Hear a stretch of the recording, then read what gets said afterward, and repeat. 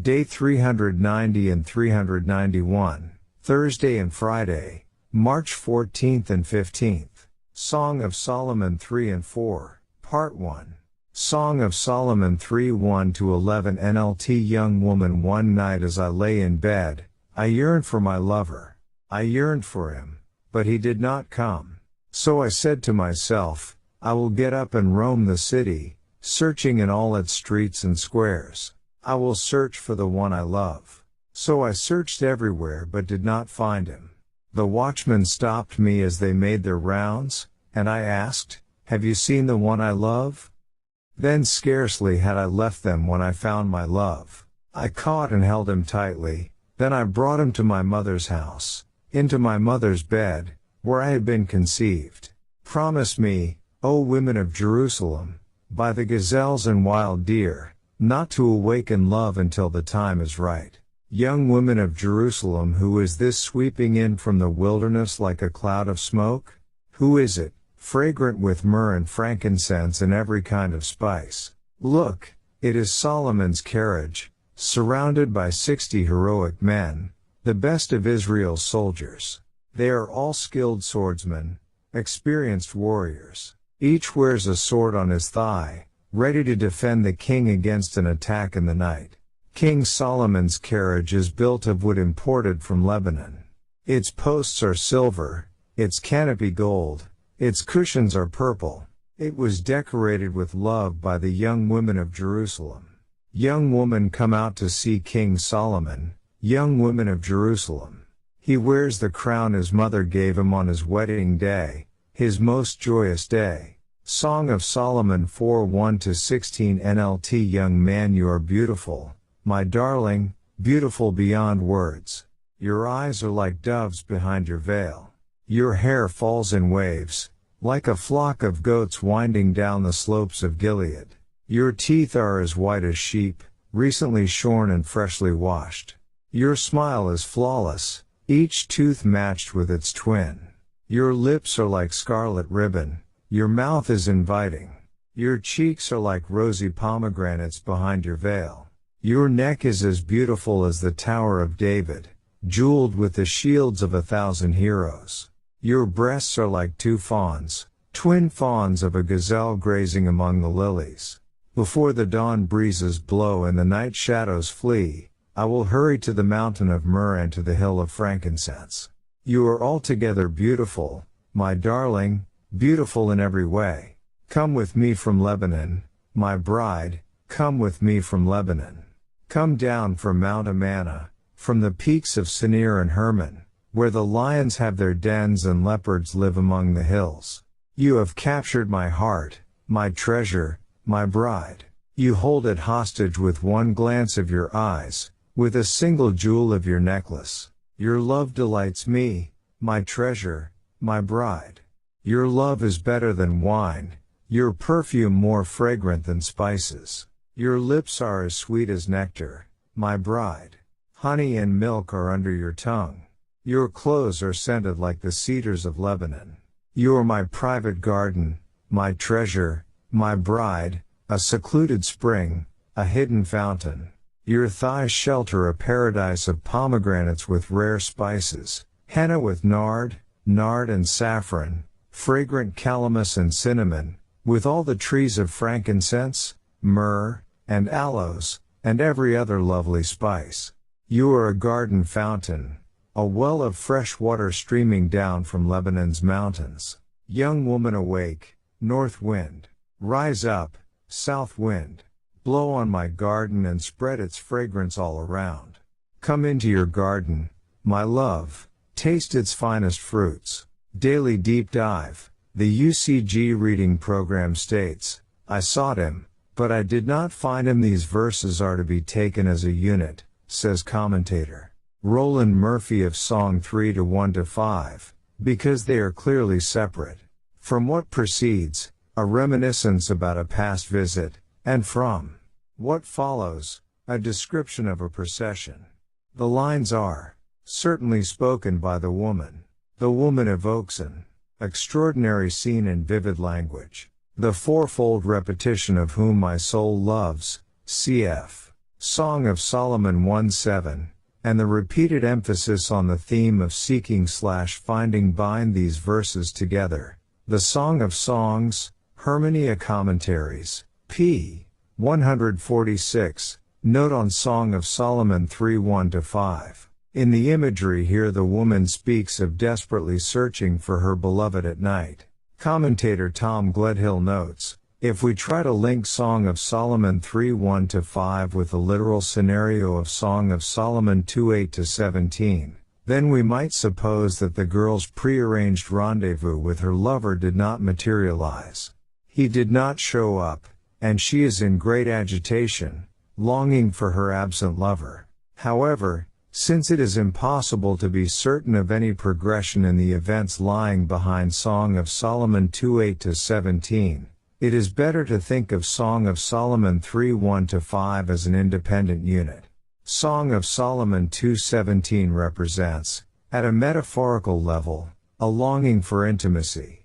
Song of Solomon 3:1 shows a similar longing that has not been fulfilled.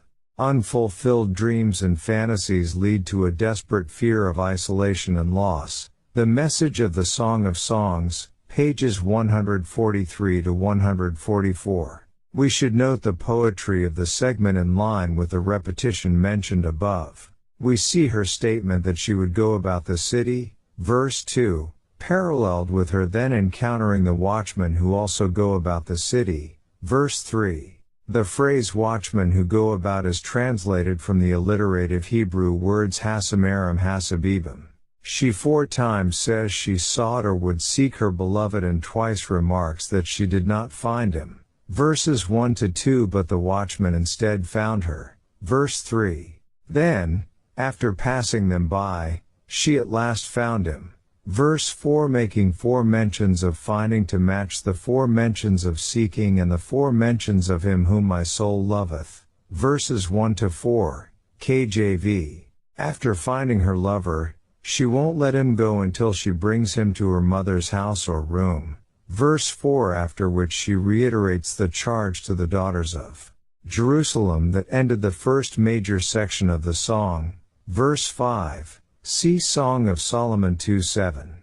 What is going on here? Are we to understand this literally? Did she really get out of bed and go searching about the city for her beloved?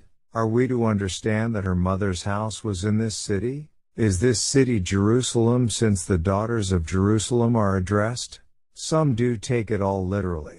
Followers of the bizarre cultic mythological approach claim that this segment represents the goddess Ishtar's search for her beloved Tammuz in the underworld, a view for which there is zero evidence. Indeed, those who accept the Bible as the Word of God and the Song of Solomon as part of that Word are right to reject such a notion out of hand, as God would never espouse or sanction idolatrous myth. Most commentators, though, take this section to be a troubled dream or dreamlike imagining of the woman, and there is much to support this view. First of all, we should note that the phrase often translated by night in Song of Solomon 3:1 is literally in the nights, plural. The New English Bible renders it night after night. So this was evidently a recurring episode, which makes far more sense if the events here took place in her head. Second, consider carefully the wording of verse 1. Some imagine that the woman is thinking about the man in bed and then rises to go searching for him. Yet verse 1 actually says that she sought her lover while on her bed. This is obviously not speaking of lifting up the sheets. He is nowhere around. Her seeking in bed in verse 1 must refer to her search about the city in verses 2-3, which necessarily puts it all in her mind. Third, the whole unit here is parallel, in the symmetrical arrangement of the song, to a very similar sequence in Song of Solomon 5-2:8, complete with the woman searching for her beloved at night, encountering the city watchman, and ending with a charge to the daughters of Jerusalem, and that sequence is introduced with the statement that the woman is sleeping. Fourth, it is difficult to imagine a young woman in ancient Israel being free to roam the city streets at night on her own, as women were then rather cloistered. This is especially problematic for those who assume that the girl was Solomon's fiancée or a woman in his harem. And it is most difficult if this was a recurring circumstance, as indicated in verse 1. Fifth, the woman's expectation that the watchman would know her love by that distinction seems odd if the storyline here is real. It seems especially odd if her love was Solomon, for why would she not merely inquire as to the whereabouts of the king, and would this even be a mystery? Sixth, the speed of the action here seems too compressed for an actual event. No details at all are given of the discovery, as she passes the watchman and immediately runs into her beloved. It reads more like, "Where is he? Where is he? Is he here? Is he there?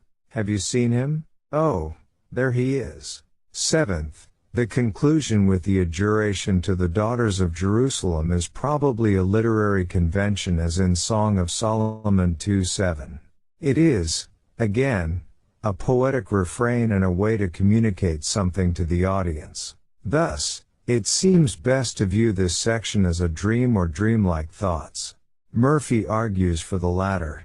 It may be too much to insist that this is a dream. It is more like daydreaming, though at night, than a dream, the fantasy of one who yearns to be with an absent lover.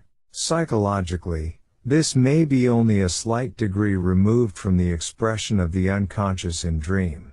The description internalizes an adventure, a quest, which is always going on within the woman when she is apart from the man. In any case, one is dealing with a literary topos, i.e., a figurative geography or setting. The search for and discovery of the beloved. p. 145. Footnote on verse 5. It is still left, though, to comprehend the substance of her thoughts. No doubt this section expresses the woman's relationship insecurities, perhaps during the engagement period just prior to the wedding that marks the next section. Some assume that the couple here is already married, this being seen as the reason she is wondering while in bed why her lover is not with her. Yet this is reading something into the passage, for it does not say she is confused about his absence from her bed, merely that she is seeking him in her thoughts while she is on her bed night after night. Gledhill states, obviously, the lovers are not married, for it is his continuous unexplained absence that causes her yearning. p. 144. The search within the woman's mind nearly turns to panic until she passes the mysterious watchman. Who are they in this frantic fantasy? Perhaps they are her own sensibilities, the mental and emotional governors of her own mind.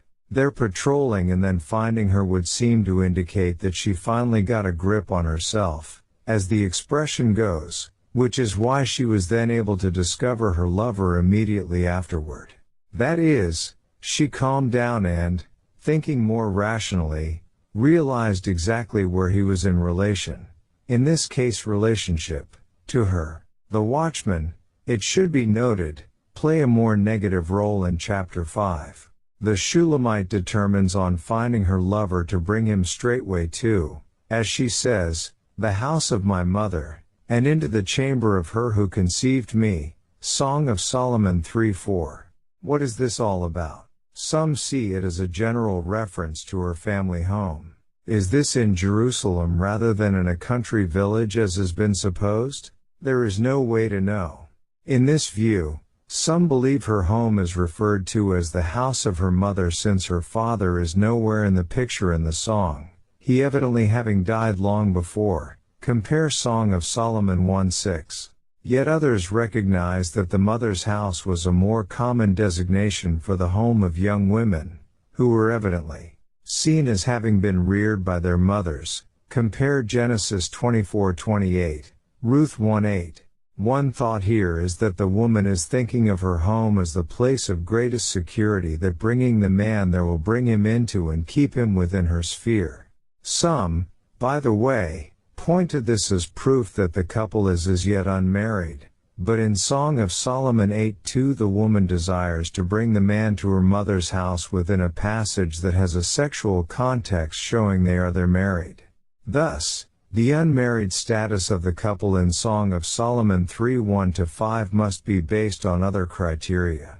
Some see the woman's family home in Song of Solomon 3:4 as intending a wedding context. The New International Commentary on the Old Testament says, the Sumerian love songs talk about the entry into the bride's house as the first formal act of marriage, after which came the union of the couple. So, notes, Yitzhak, Sefati, Love Songs in Sumerian Literature, 1999, pages 3-5. He further comments, the groom is the one who goes or is brought to the house of the bride's parents.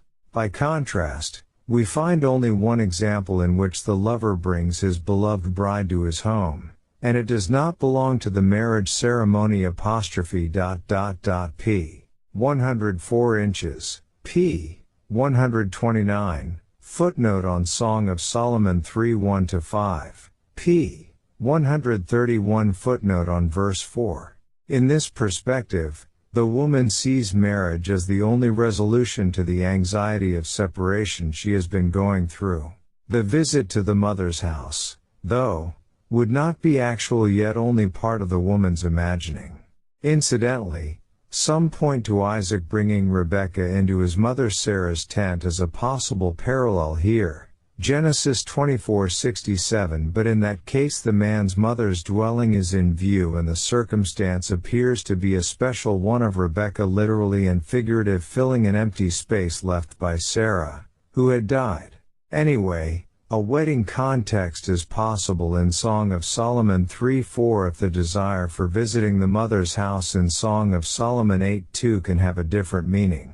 In a possible parallel, it is worthy of note that in Jesus' parable of the 10 virgins, the groom is pictured showing up near the bride's residence late in the night before their wedding, Matthew 25:113, which seems to indicate that this was established custom in Jesus' day.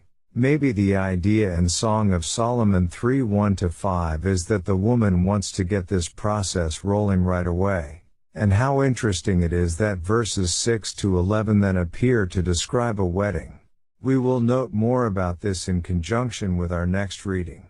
Some commentators see the charge to the daughters of Jerusalem in Song of Solomon 3:5 as an implication that the visit to the mother's house in verse 4 is for the purpose of physical relations, seeing this as parallel to Song of Solomon 8:2 followed by a similar charge to the daughters in Song of Solomon 8:4.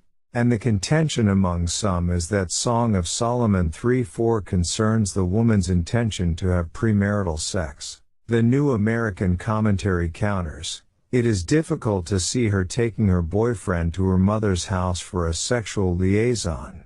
v. 4. A woman was taken into the man's household at marriage. This is not to be understood as outside of marriage, since taking the man to her parents' home for that purpose would be unthinkable in Israelite society. p. 396, note on Song of Solomon 3:1-5. Of course, this may cause us to wonder why this would be the chosen site for sexual union after marriage in Song of Solomon 8:2. Likewise, we may wonder why mention is made of not just the mother's house but of her chamber or room, her bedroom, as it is specified to be the place where the woman was conceived. Different answers are offered. The New International Commentary says, it is the place of the previous generation's romantic liaison and thus an indirect way to indicate that the woman's intention is to make love. Note on 3-4. Yet the same commentary also presents the suggestion that some other commentators make here that the reference is anatomical. As the New American Commentary says, the mother's house, the room of the one who conceived me, must represent the idea of the womb. This is the room in which all are conceived. p. 399, same note. Gledhill concurs, the house of my mother could be translated more exactly as my mother house, with the possessive my qualifying the compound unit mother house. Then mother house could literally be the chamber where motherhood becomes a reality, that is, her womb. p. 145. The idea would be that she is determined to have sexual union with the man, which implies marriage, rather than premarital relations, as some argue. A problem with this identification is that in specifying the womb of the one who conceived her, the Shulamite would be referring to her mother's womb rather than her own. Yet it is possible that she is implying the same chamber within me as that wherein I was conceived within my mother. If that is valid, which is by no means clear, then the identification with her mother could perhaps be a recognition that her mother before her went through the same turmoil and resolution that she is going through, which could be a source of strength to her in that she is dealing with a common experience. It should be recognized, though, that being born of one's mother is a theme elsewhere in the song. See Song of Solomon 6:9, Song of Solomon 8:5. This would seem to impact the meaning in Song of Solomon 3:4, yet the usage here could be a double entendre. Even in Song of Solomon 8:5, the meaning seems to refer to being reborn through the awakening of love. In any case, whether the mother's room is a geographical or anatomical location, there does appear to be a sexual and marital context to the man being brought here at the end of 3-4. And though he is not truly brought here yet, as all is still in the woman's head, the process of feelings here recurring often over multiple nights, the conjugal thoughts are likely what prompt the repetition of the charge to the daughters of Jerusalem, representing all young women. In verse 5, don't stir up or awaken love with its physical desires and expression until the time and occasion is right, she is apparently saying, wait until you find the right person and wait until you are married to each other. Drink, yes, drink deeply, O beloved ones. 3:6a, the previous unit having concluded with the charge to the daughters of Jerusalem, Song of Solomon 3:5, this one begins with a question, who is this coming out of the wilderness? 3:6a. A grand processional is then described of Solomon's couch surrounded by 60 swordsmen, which seems to be part of the pageantry of a royal wedding. See verses 6-11, though some disagree, as we will point out below. The KJV espousals in verse 11 refers to wedding, as most translations render the word here. Some contend that this passage represents Solomon's arrival at the home of the Shulamite or his return to Jerusalem. But it is more likely the woman's arrival in Jerusalem. The pronoun translated this in the above quotation of verse 6 is feminine. Some pair this with the word for couch, verse 7, which is a feminine noun, and translate the beginning of verse 6 as what is this? Yet who seems more likely, given parallels elsewhere in the book? Song of Solomon 6:10 asks, who is she, same pronoun, who looks forth as the morning? Referring, as is clear from the context, to the Shulamite, and the strongest parallel is to be found in Song of Solomon 8:5. Song of Solomon 3:6 and 8-5 each begin a new unit, the preceding section of both ending with the charge to the daughters of Jerusalem, Song of Solomon 3:5, Song of Solomon 8:4. Like Song 3-6, Song 8-5 asks, who is this coming up from the wilderness? Again, the reference is clearly to the Shulamite. This would suggest very strongly that the reference in 3-6 is also to her. It thus appears that she is being transported on Solomon's couch, having been fetched from her home and now being brought, many believe, to her wedding with the king in verse 11. Many understand King Solomon here to be a literal reference, and that may well be. Yet others, as explained in our introduction, see the designation as a symbolic one for a typical groom. The New American Commentary, for instance, states, the groom of the song is no more literally Solomon than he is literally a gazelle or apple tree. Solomon is the royal figure par excellence and is a symbol for the glory that belongs to any groom. Note on Song of Solomon 3:7-11. Some even postulate that this segment of the song was lifted from another song or account of one of the real King Solomon's weddings, yet now employed in the Song of Songs in a figurative sense. There is, however, no actual evidence of this. Who is singing the lyrics of verses 6 to 11? The NKJV labels these verses as the words of the Shulamite. Yet if she is referred to in verse 6, as seems probable, this makes little sense. It would likewise not seem to be her lover singing if he is synonymous with Solomon or the groom here. For this reason some attribute verses 6 to 11 to the chorus of the song, generally equated with the daughters of Jerusalem. Yet the daughters are told to go forth in verse 11, so they would not appear to be singing either. Some, therefore, argue that the female chorus sings verses 6 to 10 and that the Shulamite sings verse 11, telling the women to go out and behold Solomon. But it seems odd that they would ask about the Shulamite coming from the wilderness if she is already present to speak with them. Because of this, some postulate a male chorus here that sings all of verses 6 to 11 or at least verse 11 in an exchange with the women. This is a reasonable resolution. The possible exchanges would be, 1. Women sing verse 6 and men sing verses 7 to 11. 2. Women sing verses 6 to 10 and men sing verse 11. 3. Women sing verses 6 to 8 and men sing verses 9 to 11. 4. Women sing verse 6, men sing verses 7 to 8, women sing verses 910 and men sing verse 11.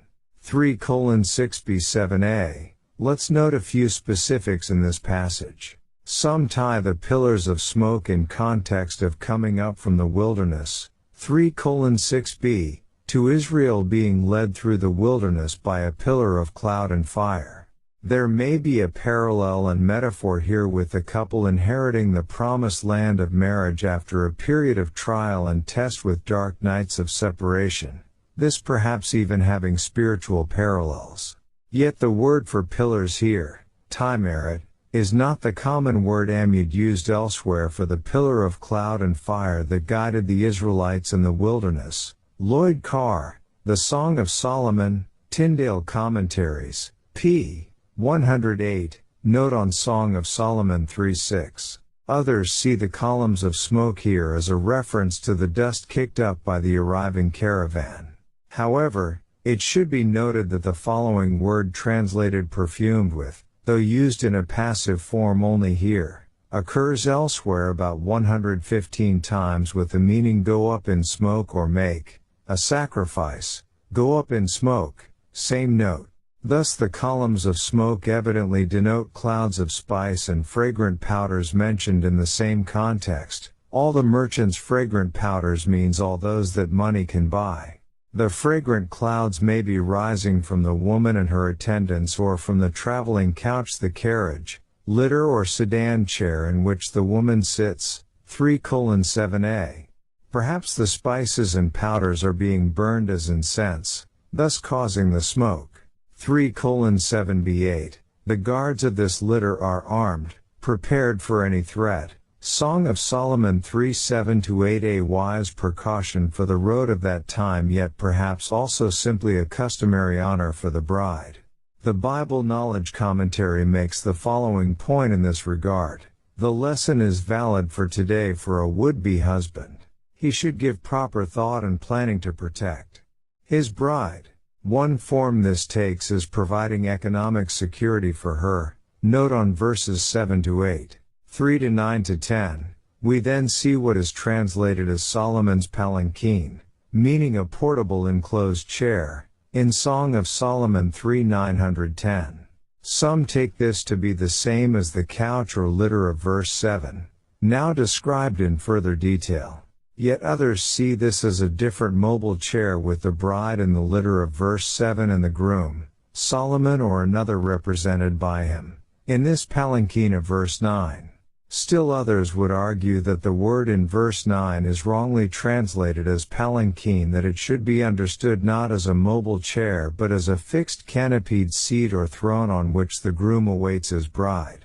Support for the seat in verse 9 being a fixed structure may possibly be found in the 19th century Syrian Arab village wedding customs noted by German consul J.G. Wettstein, mentioned in our introduction.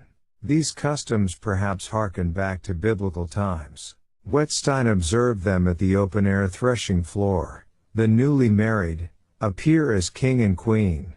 The bridesmen come, fetch the thrashing table, corn drag, from the straw storehouse, and erect a scaffolding on the thrashing floor, with the table above it, which is spread with a variegated carpet, and with 2 ostrich feather cushions studded with gold, which is the seat of honor, for the king and queen during the 7 days. Franz Delitzsch, Commentary on the Song of Songs, Appendix, Remarks on the Song by Dr. J.G. Wettstein, Kiel and Delitzsch, Commentary on the Old Testament, Volume 6, p. 618. 311, continuing in Song 3, the crown with which his mother crowned him, Song of Solomon 3:11, is not the literal royal crown of Solomon, as he was crowned king by the high priest. See 1 Kings 1:32-48, 2 Kings 11:11-20. Some suggest a garland, laurel wreath or other wedding headdress, whether for Solomon, if he is intended here, or a groom Solomon is emblematic for. Dr. Carr notes, according to the rabbinic materials, a bridegroom is compared to a king, and until the destruction of Jerusalem by Rome in AD 70, crowns were worn by ordinary brides and bridegrooms. Pirkei de Rabbi Eliezer, ch. 16, and Babylonian Talmud, Sota 49a, p. 113, note and footnote on Song 3:11. The NIV Archaeological Study Bible expands on this, giving the full wedding picture from biblical times. A passage from the Babylonian Talmud tells us that at a Jewish wedding in the early Christian era, a groom would wear a ceremonial crown and receive his bride, who would make her entrance at the wedding party in a sedan chair. This event may explain the description in Song of Songs 3:6-11. It would appear that the bride was riding in such a sedan chair, NIV, carriage, accompanied by an honor guard. The bride's entourage also included a musical procession, Psalm 45:14, 1 MC 9:37-39. The groom was attired in festive headdress, Song of Solomon 3:11, Isaiah 61:10, and the bride was adorned in embroidered garments and jewelry, Psalm 45:13-14, Isaiah 49:18, Isaiah 61:10. A veil completed the virgin bride's costume, which may partly explain the success of Laban's ruse of substituting Leah for Rachel on Jacob's wedding night, Genesis 29:23, Song of Solomon 4:1, though some reject veil as a translation here. Jesus' parable of the wise and foolish virgins, Matthew 25:1-13, describes the arrival of the groom during the night prior to a wedding. He was attended by male companions, one of whom would serve as his best man, Judges 14:20, John 3:29. Upon his arrival, the groom's family would host a feast, Matthew 22:2, John 2:9. Putting the evidence together, it appears that the groom with his companions would traditionally arrive at the ceremonial house first, during the night, to be received by a group of young women. Early the next day, the friends of the groom would go out to bring back the bride, who would arrive in a sedan chair with the groom's friends as her symbolic honor guard.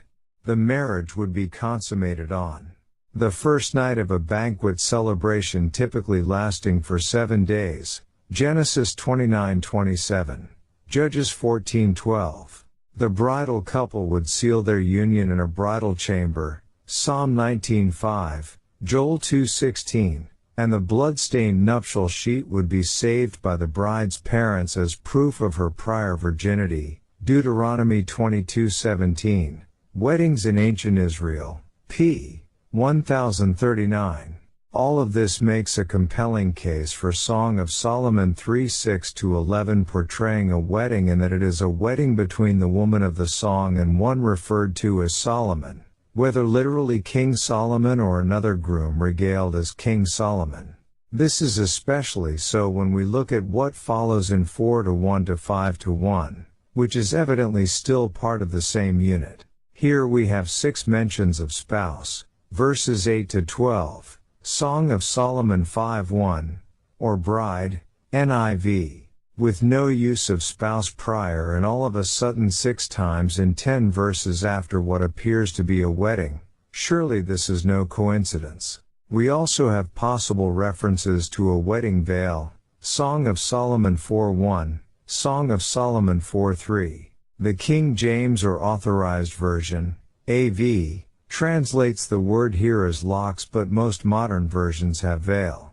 Carr notes, veil, heb, Sama, occurs in the Old Testament only at Song of Solomon 4:1, Song of Solomon 4:3, Song of Solomon 6:7, and Isaiah 47:2. AV locks may be based on the Arabic sm, hair, but the Hebrew is more probably closer to the Aramaic semum, to veil. The introduction of the veil at this point in the song underscores the marriage aspect. Normally girls and women wore headdresses but not veils, except for special occasions. Engagements, Genesis 24:65, and the actual wedding celebration, Genesis 29:23-25, were 2 of these occasions. p. 114, note on Song of Solomon 4:1.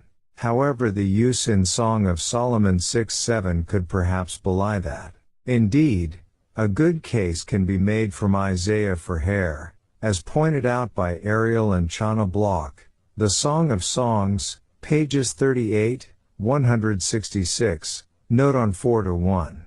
In Isaiah 47:2 the phrase Gali Samatek, remove your veil, NKJV, is parallel to Gali Sok, uncover the thigh, NKJV. Since Gali can only mean uncover in the latter phrase, it would seem to mean the same in the former phrase. Yet a woman would not uncover her veil. Instead, she would uncover her hair. Thus the KJV rendering, uncover thy locks, though this would be accomplished through removing her veil. Still, not enough is known about the Hebrew word to make translation certain.